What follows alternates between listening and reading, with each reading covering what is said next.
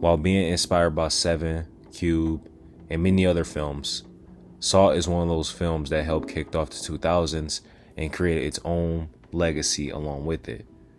But does that legacy come with the rest of the horror genre itself?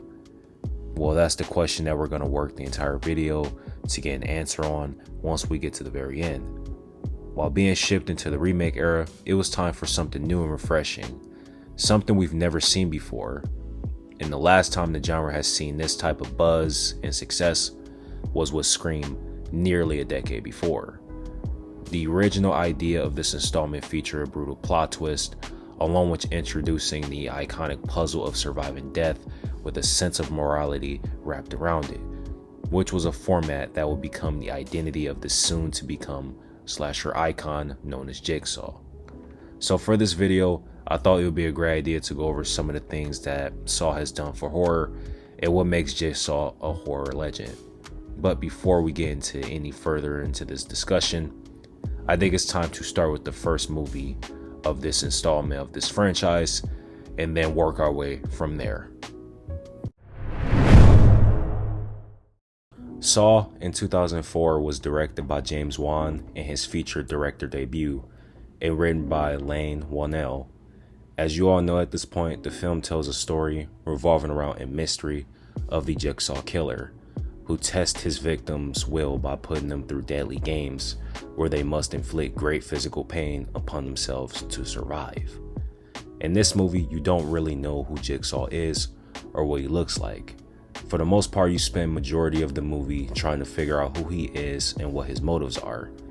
Once you get to the end of the movie, it's met with a crazy plot twist that leaves the audience in disbelief. It definitely added a profound layer of psychological manipulation.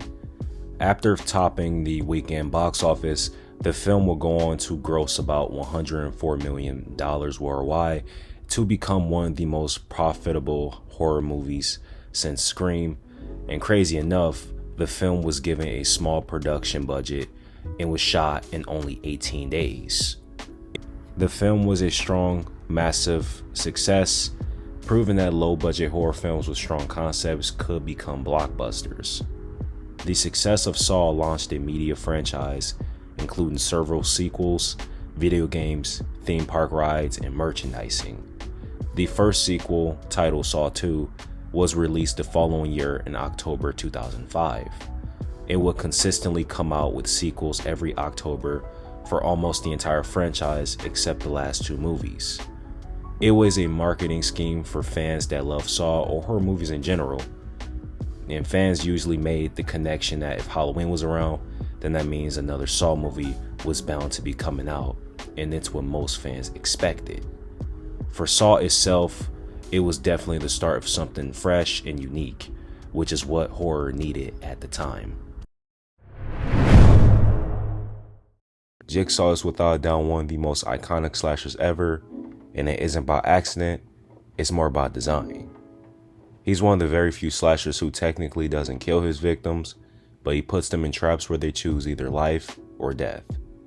This philosophical twist separates him from everyone else. This arguably made Saw more psychological than most slashers because it focused on the internal struggle of the characters with a moral compass along with complex narratives for certain parts of the plots. Jigsaw sees himself as a judge who punishes those who don't value their lives, using his engineering skills to design games to teach them a valuable lesson and reinstall a sense of appreciation for life. His goal is just not to punish, but to bring about a twisted form of redemption and transformation. Believing that survivors of his traps are reborn as better people, his distinctive pig mask and Billy the Puppet has become a symbol of the Saw series as a way of messaging to the victims, following that up with his recognizable iconic catchphrase.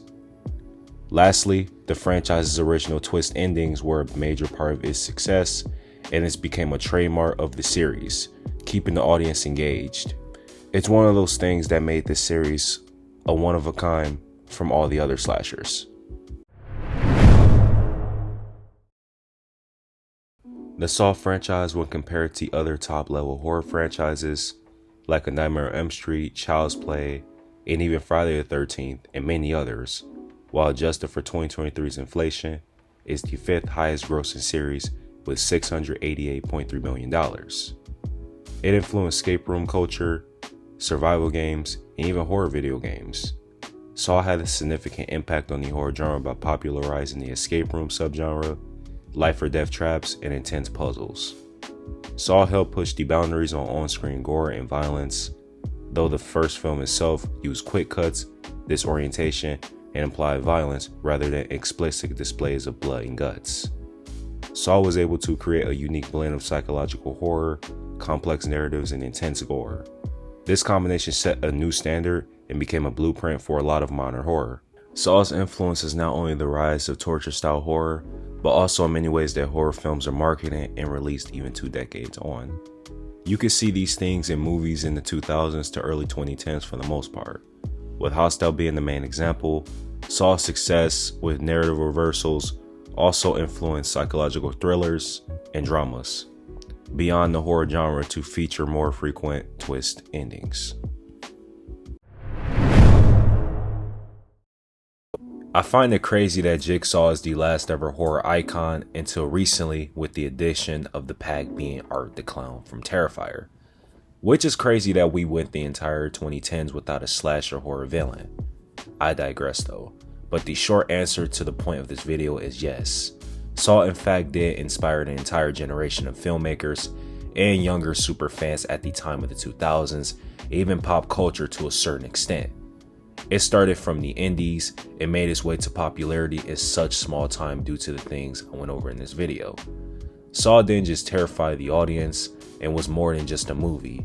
It was a movement that defined 2000s horror.